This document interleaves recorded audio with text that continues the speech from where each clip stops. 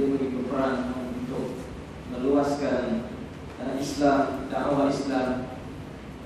Tetapi dia mana dia pergi di Armenia, di Azerbaijan. Jadi di sana dia lihat orang baca lain-lain. Ada ni baca lain, ni baca lain. Orang Syam baca lain, orang Kufah baca lain. Jadi sehingga timbul persengketaan, perbalahan di kalangan mereka. Sebab Quran mesti sensitif. Kalau orang baca lain, mesti kita tertanya-tanya, betul ke? Baca ni kaedah mana? Bukan kaedah belajar, kaedah bacaan tu. Jadi kalau zaman dahulu dia tak ada titik, tak ada baris. Bismillah pun tak tahu baca macam mana. Basmalah ke Busmalah. Jadi ataupun ba itu jadi ta. Jadi lagi maknanya menimbulkan kekhilafan di kalangan orang Islam, menyebabkan Sayyidina Umar Sayyidina Utsman mengambil inisiatif setelah berbincang dengan para sahabat yang lain,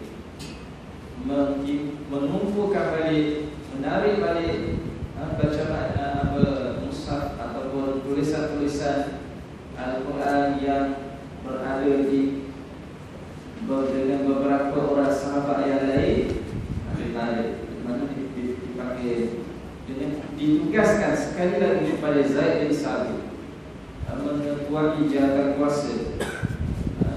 kuasa penyelarasan pengumpulan Al-Quran. Sekali lagi, jadi dia jalankan tugas dengan baik, maka berhasillah dipanggil Mushaf Al-Iman, yang kita panggil Mushaf Utsmani, terkenal dengan Mushaf Al-Iman. Jadi mushaf itu disalin, beberapa naskah, ada yang kata 4, ada yang kata 5, ada yang kata 7 dan sebagainya. Dihantar ke Basra, ke Kufah, ke Syam, ke Makkah dan juga di Madinah itu sendiri, sebab pusat pentadbirannya di Madinah. Jadi mereka telah ataupun di yang lain-lain itu dibakar, yang lain dibakar. Ada juga beberapa sahabat nak bagi pada mulanya, tak nak bagi, tak nak serah, sebab saya ini tulis masa zaman Nabi. Jadi bukan mana sudah boleh nak serah sebarangan. Tapi akhirnya menurut ahli sejarah, ulama kita kata, akhirnya mereka sepakat, mereka serahkan untuk kepentingan kebaikan orang Islam. Dan ciri-ciri Mushaf Utsmani. Jadi kita wajiblah untuk Mushaf Utsmani, dia bukan lagi satu yang menjadi satu pilihan.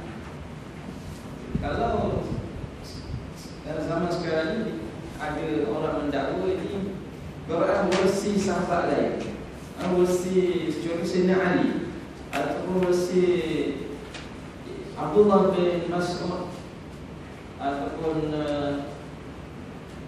Ubay bin Ka'ab ataupun versi lain-lain, atau Fatimah versi Fatimah, maka itu bukan tak diterima. Sama ada betul atau tak betul, ulama tak terima. Jadi itu apa namanya, ijma' di kalangan para ulama.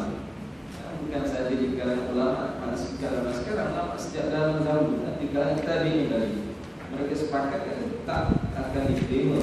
Sebab mungkin yang ada itu yang didakwa ada itu bukan lagi benda yang bukan yang asli. Yang kedua, kalau ada pun dia bukan yang muktamad. Yang muktamad adalah Mushaf Utsmani. Jadi kadang-kadang mungkin ada lah di internet dan sebagainya, dakwa ini mushaf. Memang adalah yang dikaji oleh orientalis. Mereka dakwa ini Quran dijumpai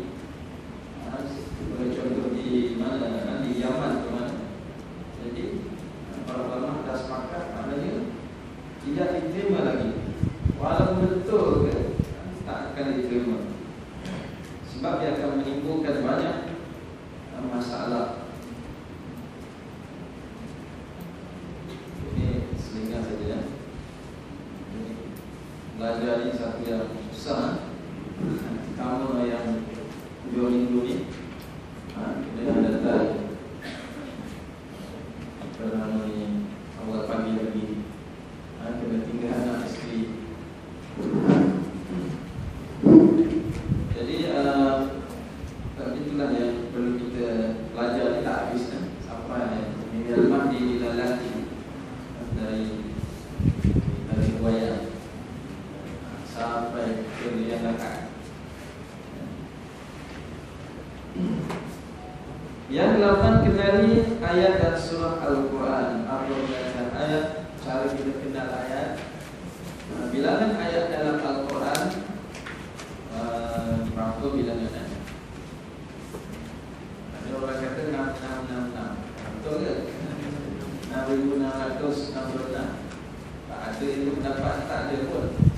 Pendapat kita je yang pendapat masyhur. Dan tidak ada pun pendapat ulama 6,666 ayat, tidak ada. Jadi kita kena sebut betul lah. Tak boleh kita ikut apa sedang mulut kita saja. Jadi ulama di situ pun ada khilaf. Ada yang kata 6236 dan beberapa pendapat lain. Sebab apa timbul perbezaan? Kenapa tak sama? Kenapa ulama tak sepakat? Jadi mungkin orang timbulkan benda itu pun tak sepakat. Tak ada masalah tak sepakat. Tidak ada masalah sebenarnya. Sebab itu tabi'i. Khilaf itu adalah khilaf yang tabi'i, yang apa namanya? Sebab dia lahir, contohnya bila bismillah itu, basmalah itu, ada mazhab atau ada ulama menganggap basmalah itu satu ayat daripada satu surah, setiap surah kecuali Bara'ah saja, surah apa, Taubah. Ada ulama yang menganggap basmalah bukan satu ayat, tetapi dia hanya ayat dalam Fatihah. Ada juga yang menganggap tidak. Ada yang anggap itu hanyalah satu ayat dalam surah apa? Innahu min Sulaiman wa innahu bismillahirrahmanirrahim, ayat surah itu. Jadi tetapi yang jumhur ataupun pendapat yang terkuat kata dia adalah satu ayat daripada setiap surah, kecuali surah At-Taubah. Jadi sebenarnya bukanlah satu yang apa namanya sukar ataupun yang boleh menimbulkan perpecahan. Tak sampai menimbulkan perpecahan. Perbezaan itu diharuskan, perpecahan yang tidak diharuskan. Jadi kita kena sebenarnya faham betul. Dr. Yusuf Al-Qaradawi dalam satu buku yang tajuk jadi Ikhtilaful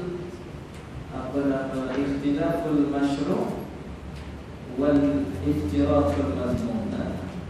Tajuk asalnya As-Sahwatul Islamiyah bainal Ikhtilafil Mashru' wal Iftiraqul Mazmun. Jadi yang apa namanya diharapkan kita berpecah, berbeza pendapat, khilaf itu diharuskan selagi ada hujah. Jadi berbeza pendapat biasa saja. Suami isteri berbeza pendapat, adik-beradik berbeza pendapat, apa namanya para ulama kita berbeza pendapat, tetapi bukanlah pendapat itu berdasarkan hawa nafsu. Ada hujah-hujah, bukan tuduhan dan sebagainya. Ada pendapat masing-masing dalam perkara yang diharuskan. Jadi yang tak boleh adalah berpecah. Jadi perpecahan itu satu maksudnya yang tidak diharuskan. Berbeza pendapat tidak mengaku, sebab itu akan memajukan kita, ataupun itu akan membuatkan kita berfikir. Kalau satu saja pendapat jadi rombok lah. Jadi rombok. Maknanya itu adalah tradisi dalam keilmuan Islam. Jadi contohnya ayat surah Fatihah sendiri, semua ulama sepakat 7 ayat. Di situ tidak timbul. Cuma dari segi, walaupun mereka sepakatkan 7 ayat, tetapi bilangan ataupun wakaf itu berbeza. Ada yang tak masukkan bismillah sebagai 1 ayat, dikeluarkan, tetapi tetap 7 ayat. Sebab dalam surah Al-Ladina An'amta Alaihim, di situ ada 1 ayat, ghairil maghdubi alaihim waladdallin, 1 ayat yang lain. Jadi tetap dia 7 ayat juga. Jadi di situlah timbulnya perbezaan itu. Masing-masing ada hujah yang tidak boleh diabaikan, dan semua dimasukkan, diterima, bukan yang ditolak. Pendapat itu akan mewariasikan ataupun menambahkan lagi kecantikan, kemurnian ataupun keindahan. Ada pelbagai variasi. Kemudian hikmah kenali ayat Al-Quran. Ada hikmah bila kita tahu, kita kenal satu-satu ayat itu. Kemudian pengertian surah, hikmah penamaan surah. Nama surah pun ada satu-satu. Surah itu bukan satu nama, dia banyak nama. Contoh surah Al-Fatihah, ada namanya Al-Hamd, surah Al-Hamd. Ada surah Asy-Syifa ke Asy-Syafi'ah, ada dinamakan Ummul Kitab, Ummul Quran. Jadi ada dinamakan Sab'ul Mathani, banyak nama. Jadi cuma nama yang ada yang kalau setengah Quran dia letak nama dia, memang dia letaklah Al-Fatihah sebagai contoh. Jadi sejak nama-nama itu diberikan oleh Nabi yang berikan, ada surah-surah kadang nama itu terkenal di kalangan kita. Contoh surah Al-Nashrah, kita panggil surah Al-Nashrah. Nama dia sebenar apa? Insyirah ke Asyar. Jadi itu pun ada yang kata Insyirah, ada yang kata Asyar. Dalam buku, kadang ada buku yang lama, lain, yang baru lain pula nama. Jadi itu sebab dia banyak nama. Ada surah surah Ghafir, surah Mu'min, surah apa lagi. Dia kadang kita cari surah apa ni, surah yang tak ada. Jadi kadang-kadang kita terus kata ini surah palsu ni. Jadi tak betul. Memang ada pun surah palsu, surah Al-Muslimun. Jadi itu apa namanya? Tidak ada dalam Quran. Jadi setiap ataupun kadang-kadang satu-satu surah itu namanya lebih daripada satu. Kemudian kategori surah. Apa maksud kategori surah?